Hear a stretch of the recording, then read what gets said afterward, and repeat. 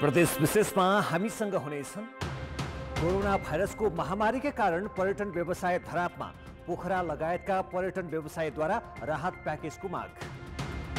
लकडाउनले इटाभट्टामा काम गर्ने भारतीय मजदुरको अवस्था दयनीय, आफ्नो देश फर्काइदिन आग्रह। अज्ञात रोगका कारण दोलखामा किसानले पालेका बाख्रा धमाधम मर्न थाले, गोठ रितिँदै। र चालु आर्थिक वर्षमा प्रदेश सरकारको 43% मात्र राजस्व सङ्कलन, अर्थतन्त्र उकास्न सकस। नमस्कार, म विकास थपलिया। यी थिए प्रदेश विशेषमा आजका सामग्री। यसबाहेक लकडाउनका कारण हेटौडाका बासिन्दाका करेसाबारी र खाली जमिनमा खेतीपाती फस्टाउँदै गएको लगायतका सामग्री हामीसँग रहनेछ। हेर्दै गर्नुहोस् प्रदेश विशेष, समाचार, समीक्षा र सन्देश।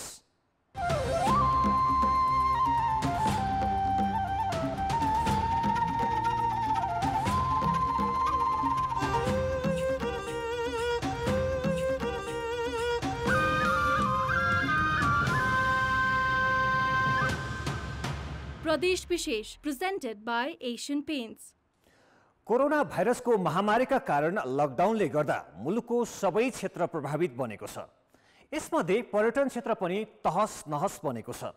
गण्डकी प्रदेशको राजधानी पोखरा लगायत अन्य पर्यटकीय स्थलमा रहेका होटल, रेस्टुरेन्ट तथा पर्यटनसँग सम्बन्धित अन्य व्यावसायिक अवस्था अहिले खराब बनेको छ। यस क्षेत्रलाई उकास्ने प्याकेज घोषणा गर्न व्यवसायीले सरकारसँग आग्रह गरेका छन्। पोखरा नेपालको मात्र नभई विश्वको एक प्रमुख पर्यटकीय गन्तव्य हो। यहाँको भौगोलिक तथा प्राकृतिक भूबनोट, सांस्कृतिक, ऐतिहासिक र पर्यटकीय स्थल र छ्याङ्ग देखिने हिमाल यहाँका विशेषता हुन्। पर्यटकीय गतिविधि बढ्दै जाँदा पोखरा मात्र नभई आसपासमा समेत होटेल, रिसोर्ट, रेस्टुरेन्ट, हस्तकला लगायत पर्यटनसँग सम्बन्धित विभिन्न व्यवसाय फस्टाएका थिए। वर्षेनी होटेल, लज र रेस्टुरेन्ट थपिए पनि अधिकांश भरिभराउ हुन्थे। तर कोरोना भाइरसको सङ्क्रमण बढ्दै जाँदा यति बेला पोखरा नै सुनसान छ। मान्छेको आवत जावत रोकिएपछि होटेल, लज तथा रेस्टुरेन्ट र अन्य क्षेत्र खाली नै छन्।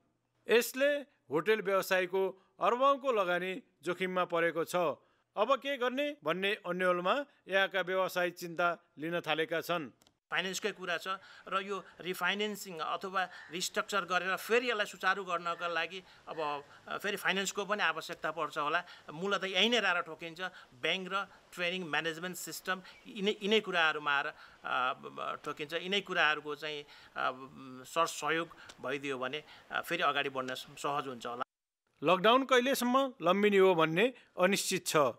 लकडाउन खुले पनि तत्काल होटेल, रेस्टुरेन्ट सञ्चालन गर्न सकिने अवस्था छैन। आन्तरिक तथा बाह्य पर्यटक हिँडुल गर्ने वातावरण तत्काल नबन्ने भएकाले पोखरा होटेल व्यवसायीले आगामी असोज मसान्तरसम्म होटेल व्यवसाय बन्द गर्ने निर्णय नै गरेका छन्। कोरोनाले गर्दाखेरि सङ्क्रमण सन्तास छँदैछ र अब तत्काल यहाँ पोखरामा आन्तरिक पर्यटन बढे पनि र अहिले समाजमा एउटा सन्तासको सिर्जना रहने नै रह्यो। त्यसलाई पनि मुख्य विचार गर्नु पर्यो र हाम्रो फ्रन्टलाइनमा काम गर्ने कर्मचारीहरू र होटेल सञ्चालकहरू पनि एउटा सुरक्षात्मक हिसाबले एउटा अस्वस्थ पार्ने वातावरण छैन र ती मापदण्डहरू कस्ता आउने हुन् र त्यो मापदण्ड चाहिँ हामीले पालना गर्न सक्छ कि सक्दैनौँ भन्ने चाहिँ मध्यनजर गर्दै अहिले भर्खर हेरेको स्थिति र सरकारले उद्घोष गर्ने राहतलाई पनि हामीले मध्यनजर गर्दै अब असोज मसान्तसम्म चाहिँ अब अहिले चाहिँ बन्द गर्ने भन्ने हामीले चाहिँ निर्णय गरेका हौँ।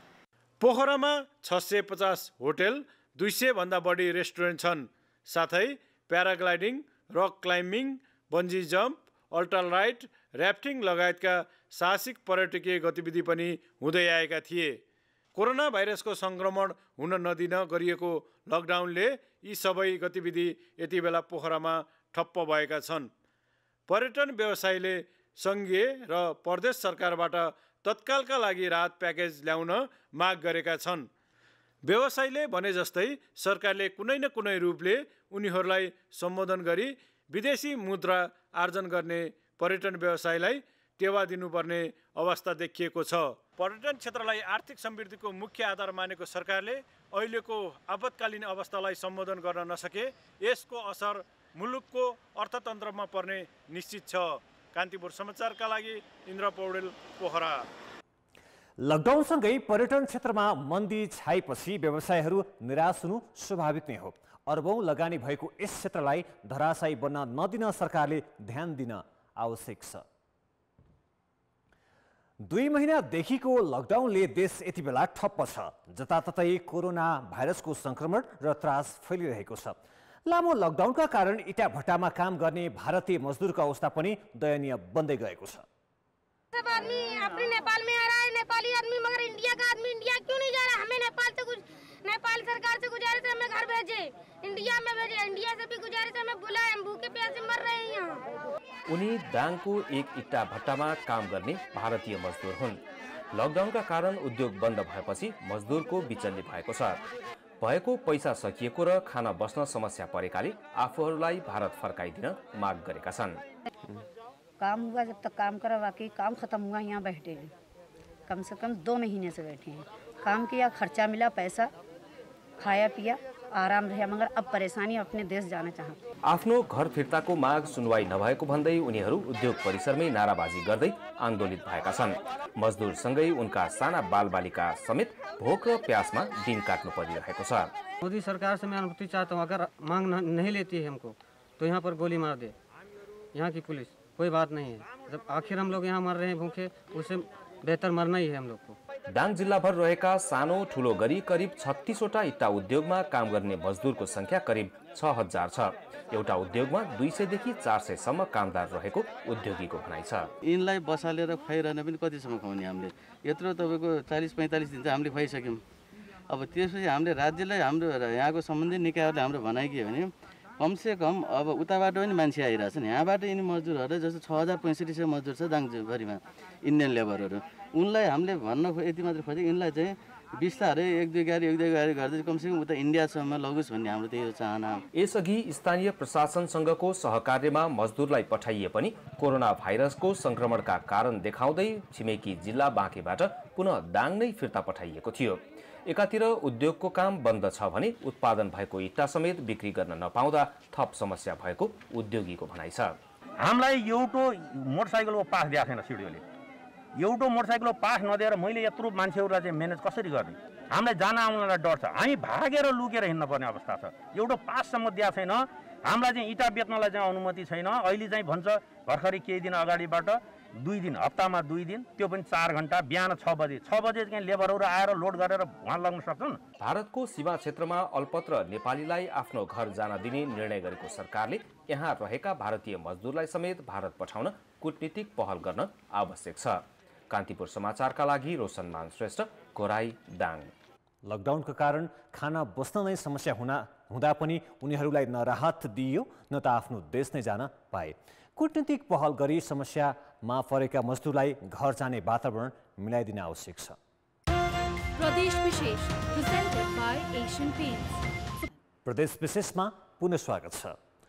दोलखाको कालिन्चोक गाउँपालिका मलेपुमा अज्ञात रोगका कारण पशुपालक किसानले पालेका बाख्रा धमाधम मर्न थालेका छन्। रोगका कारण व्यवसायिक फर्म र व्यक्तिगत रूपमा पालेका बाख्रा रोगले मर्न थालेपछि गोठ रित्तो हुन थालेका छन्।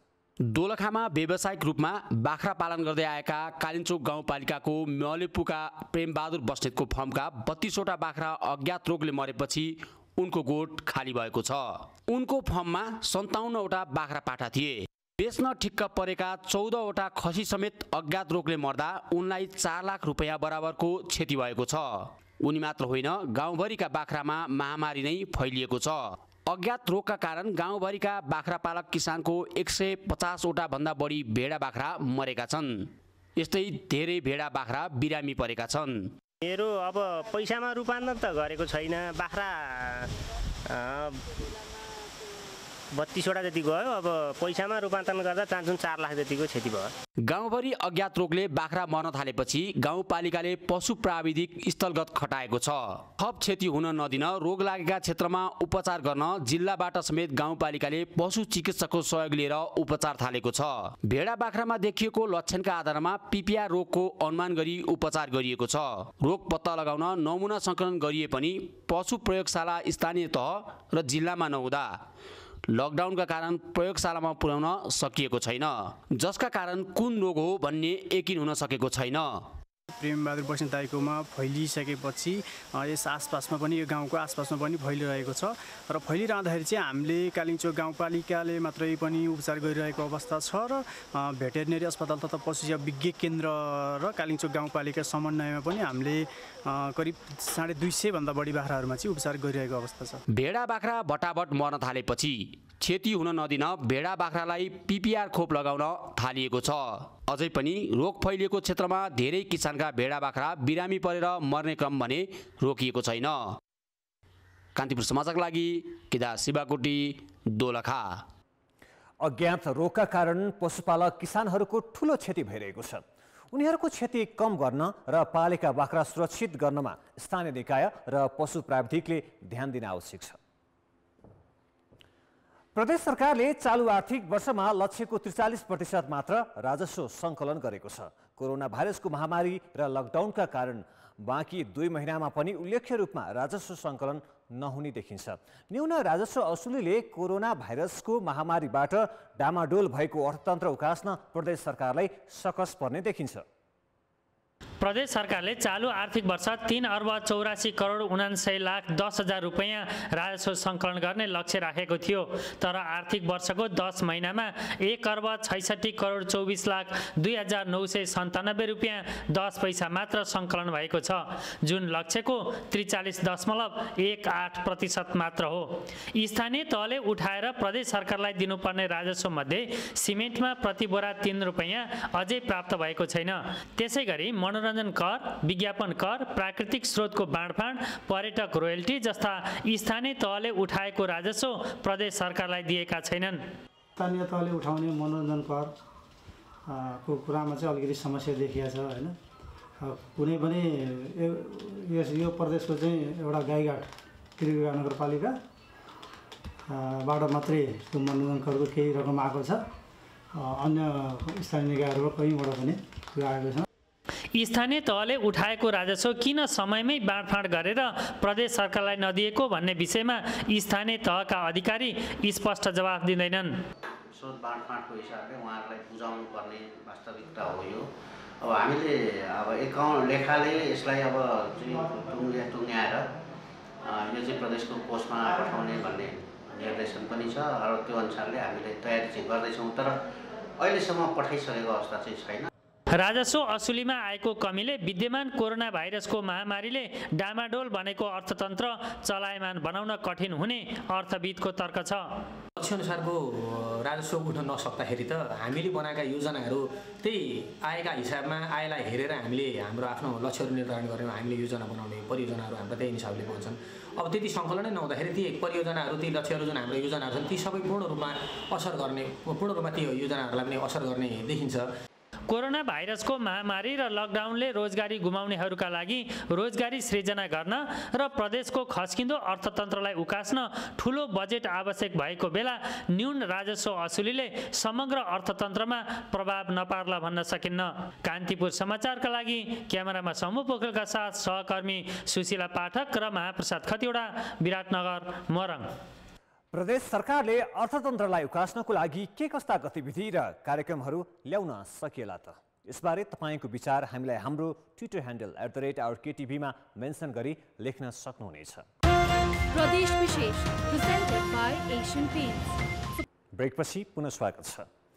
सहर बजारका मानिस फुर्सदकै कारण पसिना बगाउन हिँडडुल गर्दछन्, तर लकडाउनका कारण हेटौँडा बजारका मानिस करेसाबारीमा मात्र होइन आफ्नो घर वरिपरिका खाली जमिनमा खेतीपाती गर्न व्यस्त छन्। सहरमा बस्नेको जीवनशैलीमा लकडाउनले परिवर्तन ल्याएको छ। लकडाउन लम्बिँदै जाँदा हेटौँडा उपमहानगरपालिकाका स्थानीय बासिन्दाले यति बेला आफ्नो घर वरिपरिको बाँझो जमिनमा तरकारी र मकै खेती गरिरहेका छन्। हेटौँडा उपमहानगरपालिका 4 का मधुसूदन विष्ट हेटौँडा औद्योगिक क्षेत्रमा सञ्चालित एक उद्योगका श्रमिक हुन्। लकडाउनले उद्योग बन्द भएपछि अहिले उनले घर छेउकै बाँझो जमिनमा मकै रोपेका छन्। परिवारका सदस्यसँगै बिहान बेलुका शीतलको समयमा मकै गोडमेल गरिरहेका छन्। बिदा भयो, बिदाको घर कति बस्ने भनेर परिवारहरूसँग आएर यसो मकै गोडे। यस्तै मेघबहादुर भट्ट सेवानिवृत्त कर्मचारी हुन्। उनी पनि लकडाउनको सदुपयोग गर्दै बाँझो जमिनमा खेती गरिरहेका छन्। करेसाबारीमा मात्र होइन घर नजिकका खाली घडेरीहरूमा समेत अहिले खेती भइरहेको छ। बरु बिहान बेलुका चाहिँ यसो चाहिँ कर्सेबारीमै यताउता गऱ्यो भनेदेखि यसो रोग पनि नलाग्ने, पसिना पनि बग्ने, एक्सर्साइज नि हुने भनेकाले तरकारी खानलाई पनि आफ्नो अर्ग्यानिक आफ्नो चाहिँ यसो कर्सेबारीको राम्रो हो नि। लकडाउनले कतै निस्कन नपाउँदा दिक्क भएकाहरूले समय कटाउनैका लागि तरकारी र मकै खेती गर्दा प्लटिङले खाली भएका नगर विकासका घडेरीहरू अहिले बारी झैँ देखिएका छन्। बाहिर फेर कतै केही छैन, कसैसँग भेटघाट मान्छेदेखि मान्छे नै तर्सिने भइरहेको छ। अनि हेर यसो बाँझो जग्गामा तरकारी सागसब्जी लाएर खान पाउँदाखेरि नि अलि सजिलो, यसो टोलाउने बाटो पनि हुन्छ। सहरमै बसोबास गर्नेहरूले समेत समयको सदुपयोग गर्नैका लागि खेतीपाती गर्दा अन्न उत्पादनमा वृद्धि हुन सक्छ। हेटौडा उपमहानगरपालिकाका स्थानीय बासिन्दाले बाँझो खण्डीकृत जमिनलाई समेत उब्जाउ भूमिका रूपमा परिणत गरेका छन्। कान्तिपुर समाचारका लागि बालकृष्ण अधिकारी, हेटौडा, मकवानपुर। प्रदेश विशेष आजको लागि यति नै। प्रदेश समाचारहरूको साथमा भोलि फेरि आउने नै छौँ। कान्तिपुर टेलिभिजन हेर्दै गर्नुहोला। नमस्ते।